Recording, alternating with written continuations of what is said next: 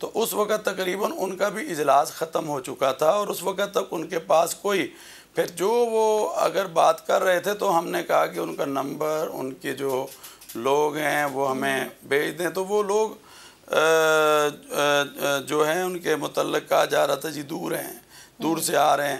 تو ہم تک جب ہم نے پھر اس کا بھی انتظار کیا، اور پھر جب ہمارے تک یہ تمام چیزیں نہیں پہنچی تو پھر آپ کو پتہ ہے پوری قوم کو انتظار ہوتا ہے، تمام لوگ تراویحوں کے لیے، نماز کے لیے، اور پھر اسی طرح عبادات کے لیے جو ہیں وہ انتظار کر رہے ہوتے ہیں کہ ہم نے اس میں حصہ لینا ہے. تو پھر ہم نے سوچا کہ اب پچھلی دفعہ بھی آپ کو یاد ہے تھوڑا لیٹ ہو گئے تھے، 11 بجے لوگ بیچارے بہت پریشان ہوئے تھے. تو ہم نے 9 بجے پھر اس کا اعلان کیا. اس اعلان کے بعد جب ہمیں معلوم ہوا تو پورے ملک کی زونل کمیٹیاں اٹھ چکی تھی کہ بھی مرکز نے اعلان کر دیا ہے اور اب ختم. پھر اس کے بعد جو ہے اس کمیٹی کو بٹھایا گیا، اس کمیٹی کو کہا گیا کہ بھئی اب تم جو ہے نا اعلان کرو. اب مجھے نہیں پتا کہ یہ کس نے بٹھایا، اس کے اوپر ہم تک جب چیز آئے گی تو پھر میں آپ تک ضرور اس کو کروں گا. تو پھر آپ نے دیکھا حکومت نے بھی کہا کہ جی ہم جو ہے ان کے ساتھ جو ہے نا جو ان کا اعلان ہے اس کے اوپر ہی کرتے ہیں. تو یہ کبیر صاحب، سابق چیئرمین رویت ہلال کمیٹی سر، ان پر الزام لگتا تھا کہ وہ پشاور سے جو شہادتیں موصول ہوتی ہیں اس کو قبول ہی نہیں کرتے. تو اب اپنے تجزیے سے، تجربے سے آپ کیا دیکھ رہے ہیں سر، یہ مسئلہ حل کیسے کریں گے؟ دیکھیں جی، بات یہ ہے کہ میں اپنی بات کرنا چاہتا ہوں، اور میری بات یہ ہے کہ ہم پورے ملک سے لیتے ہیں، ہم پشاور سے بھی لیتے ہیں، ہم خیبر پختونخوا کے ہر علاقے سے، بلوچستان کے سب علاقوں سے، اسی طرح پورے ملک کے، ہمیں جہاں سے آئے گی ہم لیں گے. پشاور والوں نے مجھ سے ایک گلہ کیا تھا، مگر میں نے ان سے کہا تھا کہ اگر ہم اجلاس ہی پشاور میں، تو رمضان کا آپ نے دیکھا نہیں کہ اجلاس میں نے پشاور میں کیا، اب اسلام آباد میں ہوا ہے. ذوالحجہ کا جو اجلاس ہے وہ انشاءاللہ العزیز ہم کراچی میں کریں گے، محرم کا بلوچستان میں. ہم تو ملک کے اندر اسی پلیٹ فارم کے ذریعے وحدت چاہتے ہیں اور اس کو لے کر آگے بڑھنا چاہتے ہیں. اس وقت نئے اور پرانے پاکستان بٹے ہوئے ہیں، تو یہاں پر عیدوں کا بھی یہی مسئلہ ہو گیا ہے. KPK میں جی عید ہو گئی اور کل انشاءاللہ پورے پاکستان میں عید بنائی جائے گی. مولانا عبدالخبیر آزاد صاحب ساتھ موجود تھے. ایک چھوٹا سا بریک لے رہی ہوں، بریک کے بعد واپس آتے ہیں.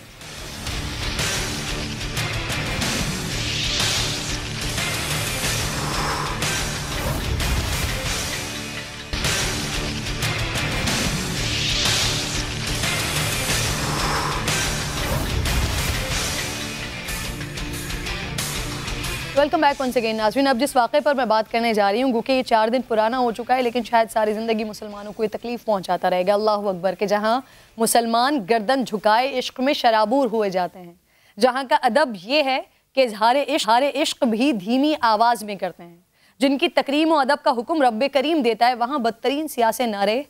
وہ نبی جو اپنے دشمن کو بھی سینے سے لگاتے تھے، اسی کے گھر، اسی کی امت کے لوگوں کے بال نوچنا، انہیں ستانا، انہیں برے ناموں سے بلانا، کس جانب چل پڑے ہیں ہم؟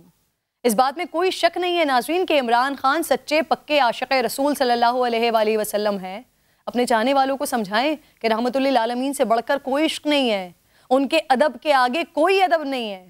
لیکن آج جن کے خلاف نعرے لگے ہیں، کل یہ اس طرح کی حرکتوں کو سرا رہے تھے. ماضی میں مقدس مقام پر جب عمران خان کے خلاف نعرے لگے تھے نا، تو تشریح پیش کی جا رہی تھی. جو آج غلط ہے وہ کل بھی غلط ہی تھا. اس وقت تک پاکستان میں اس وقت تک ناظرین توہین مذہب کے 150 سے زائد مقدمات عمران خان اور تحریک انصاف کی لیڈرشپ پر درج ہو چکے ہیں. شیخ رشید کے بھتیجے کو 2 دن پہلے عمرے سے واپسی پر گرفتار کیا گیا تھا، جو اس وقت اٹک پولیس کے پاس 2 روزہ جسمانی ریمانڈ پر ہیں. دوسری طرف فواد چودھری اور تحریک انصاف کی لیگل ٹیم اسلام آباد ہائی کورٹ پہنچی ہے. درخواست کی ہے ملک بھر میں درج مقدمات کی فہرست عدالت کے سامنے رکھی جائے. مقدمات کیوں درج کیے گئے ہیں وجوہات سے بھی آگاہ کیا جائے. عدالت نے پولیس کو فواد چودھری کے خلاف 9 مئی تک کارروائی سے روکا ہے. عدالت نے ریمارکس دیے کہ سیکرٹری داخلہ یہ یقینی بنائیں کہ فواد چودھری کو ہراساں نہیں کیا جائے گا، اور عدالت نے عدالتی احکامات کی نقل سیکرٹری قومی اسمبلی کو بھی بھجوانے کی ہدایت کر دی. اب اسلام آباد ہائی کورٹ نے شہباز گل کی واپسی پر ان کو گرفتار کرنے سے بھی روک دیا ہے. رانا ثناء اللہ صاحب مجھے جوائن کر چکے ہیں، وزیر داخلہ ہیں. بہت بہت شکریہ رانا صاحب. رانا صاحب، یہ جو توہین مذہب کے مقدمات درج ہو رہے ہیں، یہ پاکستان میں سر اچھی روایت نہیں ڈالی جا رہی ہے. آپ خود اس طرح کے الزامات کے وکٹم رہے ہیں، ریاست کیسے اجازت دے رہی ہے اس طرح کے مقدمات کی سر؟ اس سلسلے میں 2 گزارشات پیش کروں گا. نمبر ایک تو یہ ہے کہ یہ توہین مذہب سے متعلقہ معاملہ نہیں ہے، یہ ایک واقعہ ہوا ہے اور اس واقعے کو پوری دنیا نے دیکھا ہے، سنا ہے۔ جن لوگوں نے یہ واقعہ برپا کیا انہوں نے واقعہ کرنے سے پہلے بھی بتایا کہ ہم یہ کرنے جا رہے ہیں۔ انہوں نے اس دوران جب واقعہ کیا تو اس کی پوری ویڈیوز انہوں نے خود بنائی، خود انہوں نے اپنے اکاؤنٹ سے اپلوڈ کی، خود انہوں نے سامنے آ کے انہوں نے اس بات کو تسلیم کیا کہ ہم نے یہ کیا ہے۔ تو یہ ایک واقعہ ہے جو کہ یعنی جرم کی نوعیت بنتا ہے۔ سر 295A کے تحت مقدمہ ہوا ہے تو یہ توہین مذہب کے زمرے میں آتا ہے نا؟ احکامات مقدسہ جو ہے یہ غالباً یہ رحیم یار خان کا یا اس کے قریب کا واقعہ ہے، جب وہاں پہ ایک جو ہے وہ یعنی ٹیمپل تھا ان کا، ہندوؤں کا جو ہے وہ ورشپ پلیس تھی جس کو لوگوں نے وہاں پہ کسی وجہ سے وہاں پہ شرارت ہوئی، اس کو گرا دیا۔ تو آپ کے علم میں ہوگا کہ اس کا پرچہ بھی اسی سیکشن کے تحت درج ہوا تھا اور پھر سپریم کورٹ نے اس کا نوٹس لیا۔ ریاست نے اس سلسلے میں نہ تو کوئی مقدمہ درج کیا ہے، نہ ریاست جو ہے وہ اس میں مدعی ہے۔ ہاں یہ آپ کہہ رہے ہیں کہ یہ مقدمے درج ہوئے ہیں، تو کیا اس سے پہلے ریاست کا یہ موقف نہیں رہا کہ جو بھی ہمارے یعنی اس قسم کے معاملات ہیں جس میں وہ تمام چیزیں آ جاتی ہیں جو آپ کے ایمان سے، آپ کے دین سے متعلقہ ہوں، آپ کا دین دھرم کچھ بھی ہو، آپ مسلمان ہو یا آپ کا کوئی اور جو ہے وہ عقیدہ ہو یا دین دھرم ہو، تو اس میں اگر آپ کو کوئی شکایت ہے تو ہمیشہ جو ہے یہ معاشرے کا یہ اشعار رہا ہے، ہمیشہ ریاست کا یہ اشعار رہا ہے کہ جی آپ اس کے اوپر قانونی کارروائی کریں، آپ خود انصاف جو ہے وہ اپنے ہاتھوں میں نہ لیں۔ شکایت ہمیشہ یہ رہی ہے، وہ سیالکوٹ کا واقعہ ہو، وہ رحیمیہ کا واقعہ ہو، وہ گورنر سلمان تاثیر کا واقعہ ہو، اس طرح کے باقی واقعہ، تو ہر جگہ پہ ریاست کا یہ موقف رہا، معاشرے کا یہ موقف رہا کہ جی آپ خود انصاف نہ فراہم کریں یا خود آپ جو ہے وہ اپنے ہاتھوں میں یہ چیز نہ لیں، آپ قانونی رانا صاحب سر اس وقت ہم لوگ سر اب آگ سے کھیل رہے ہیں سر۔ اگر حکومت کہہ رہی ہے کہ وہ مقدمات درج کروانے سے نہیں روکے گی تو پھر کیا سر شیخ رشید کے علاوہ باقی گرفتاریاں بھی ہوں گی؟ نہیں، وہ تو گرفتاری اس لیے ہوا نا کہ وہ موقع پہ بھی موجود تھا اور اس پوری کارروائی کے بعد اس نے بڑے فخریہ انداز میں، اب دیکھ رہے ہیں ڈٹائی کا آپ عالم دیکھیں کہ اس بندے کی بیک گراؤنڈ میں مسجد نبوی اور روضہ رسول صلی اللہ علیہ وسلم نظر آ رہا ہے، اور وہ آپ اس ویڈیو میں وہ کیا رہا ہے، آپ اس سے اندازہ لگا لیں کہ اب اس کے خلاف کس ثبوت کی ضرورت تھی، یا اس کے خلاف جو ہے وہ کیوں نہ اس کے خلاف جو ہے وہ کسی کو یہ گریونس ہو کہ یہ آدمی جو ہے اس نے نہ صرف یہ عمل کیا ہے بلکہ اس عمل کو جو ہے وہ اون بھی کیا ہے، اقبال جرم بھی کیا ہے۔ باقی جہاں تک دوسرے لوگوں کا تعلق ہے، میں سمجھتا ہوں کہ انہیں کم از کم مذمت تو کرنی چاہیے نا، انہوں نے آج تک جو ہے وہ مذمت نہیں کی۔ اتنا میڈیا پہ یہ بات چلی ہے، اتنا لوگوں نے آہو بکا کی ہے کہ یہ بڑی زیادتی ہے، انہوں نے ابھی تک جو ہے وہ مذمت نہیں کی۔ تو اگر وہ آئیں اور آگے کہیں کہ جی یہ غلط ہے، ہمارے اوپر الزام ہے، ہم روضہ رسول صلی اللہ علیہ وسلم کی مسجد نبی کا احترام کرتے ہیں، ہم نے کسی کو نہیں کہا، کوئی ہمارا آدمی نہیں تھا۔ سر عمران خان کہہ رہے ہیں کہ کوئی مسلمان مسجد نبوی میں نعرے بازی کروانے یا کرنے کے بارے میں سوچ بھی نہیں سکتا۔ رانا صاحب نہیں صاف اور بھی کہہ رہے ہیں نا کچھ کہ ان کے ساتھ یہی ہوگا جہاں بھی یہ جائیں گے، یہ بھی کہہ رہے ہیں نا صاحب۔ میں چاہ رہی ہوں آپ کی ذرا فائدہ اٹھاتے ہوئے، آپ نے کہا نواز شریف صاحب کی سزا معاف ہو جائے گی، معاف کیسے ہوگی سر؟ اور یہ اختیار تو صرف صدر پاکستان کے پاس ہے نا؟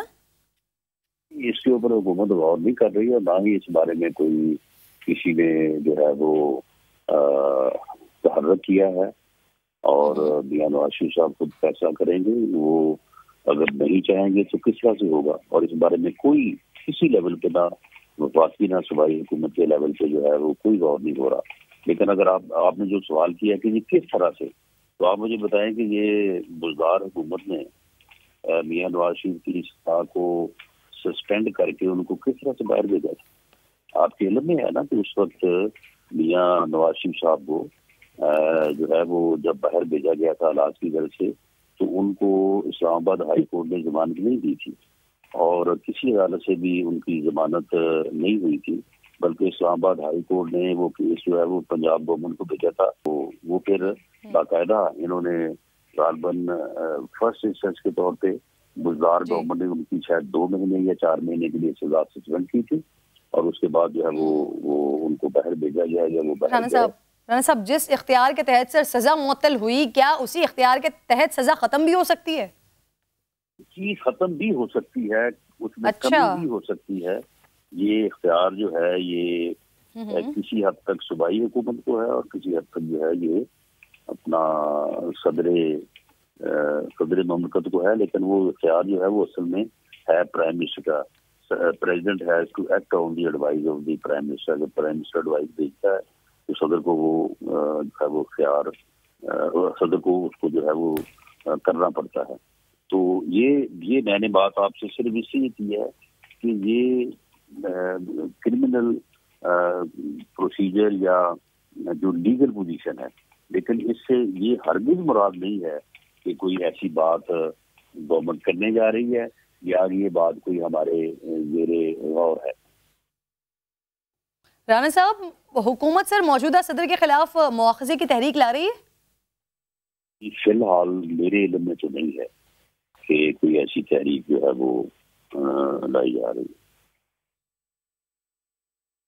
شکریہ، بہت شکریہ رانا ثناء اللہ صاحب، پروگرام میں ساتھ موجود تھے۔ ایک چھوٹا سا بریک لے رہی ہوں ناظرین، بریک کے بعد واپس آتی ہوں، پھر بات کرتے ہیں۔